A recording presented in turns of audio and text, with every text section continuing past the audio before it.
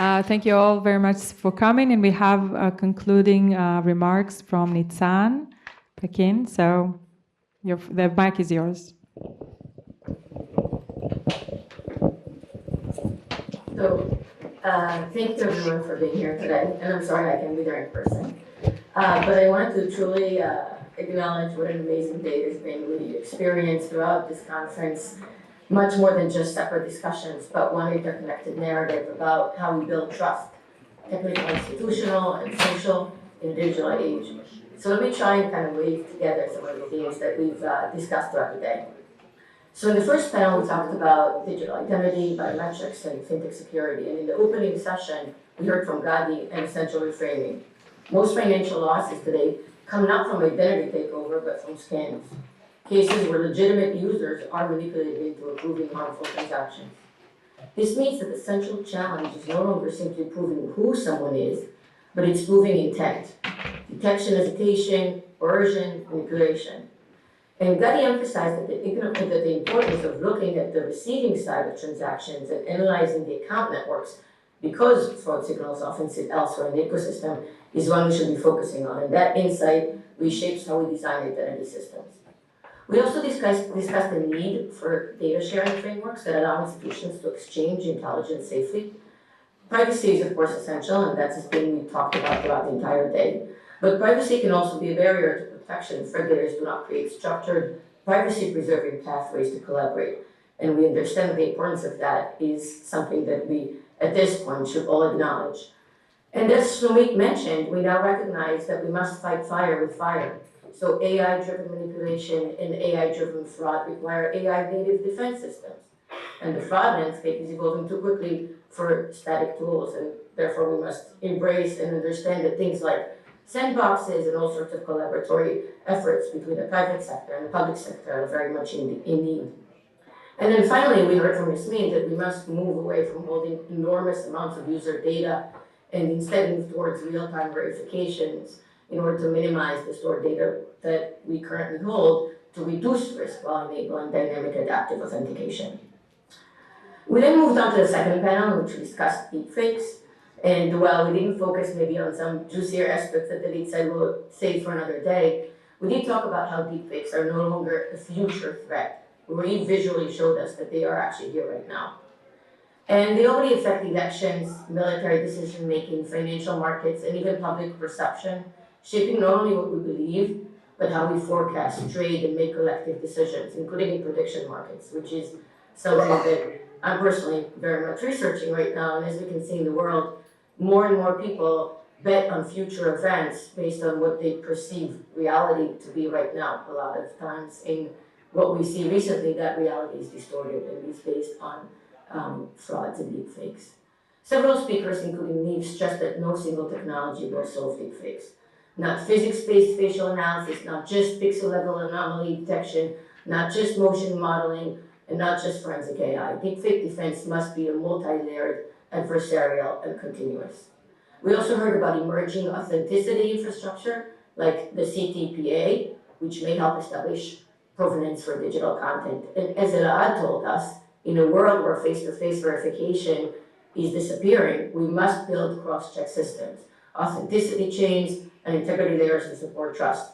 Without these identity systems, even the most strongest biometrics-based one can be undermined by manipulative media.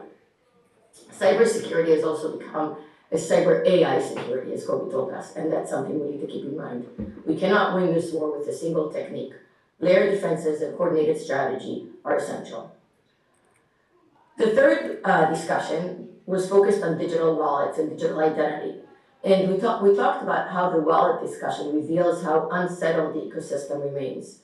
Will there be one wallet for everyone in the future, or will we still have many? What liabilities will attach to verification? How will consumers navigate data access and privacy protections?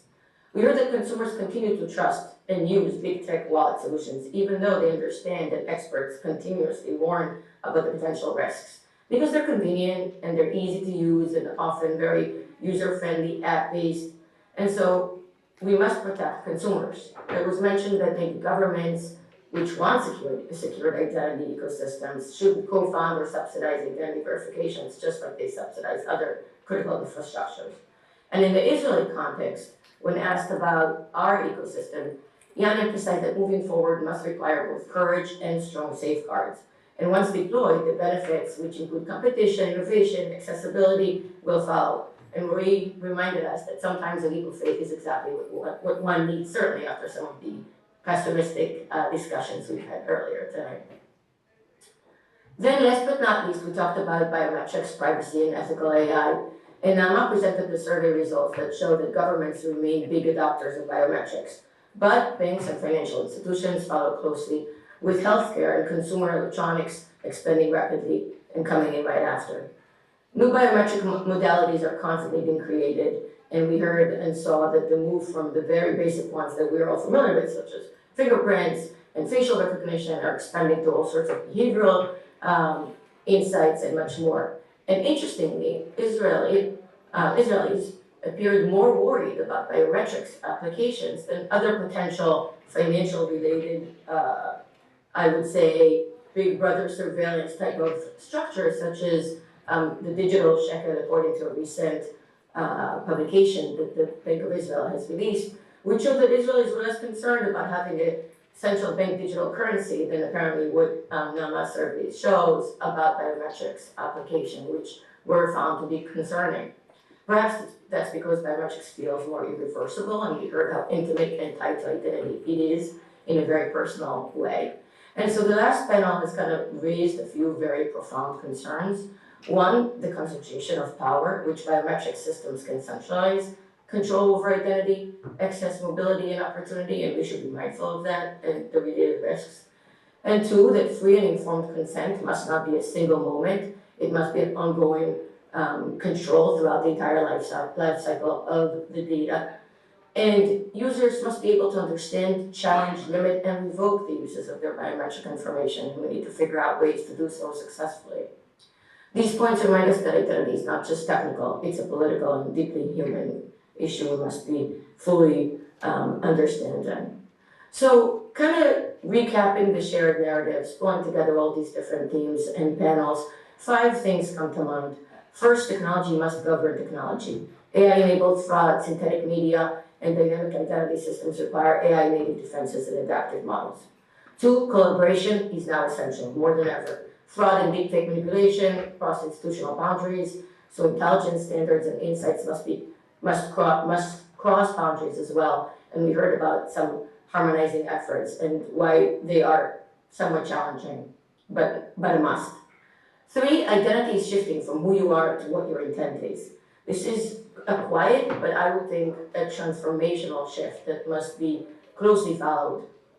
4, human in the loop remains indispensable. Automation must support, not replace, our human judgment. And then 5, last but not least, privacy and consumer protection must anchor everything. So it cannot be an afterthought, it must be by design as we progress and continuously advance these types of models.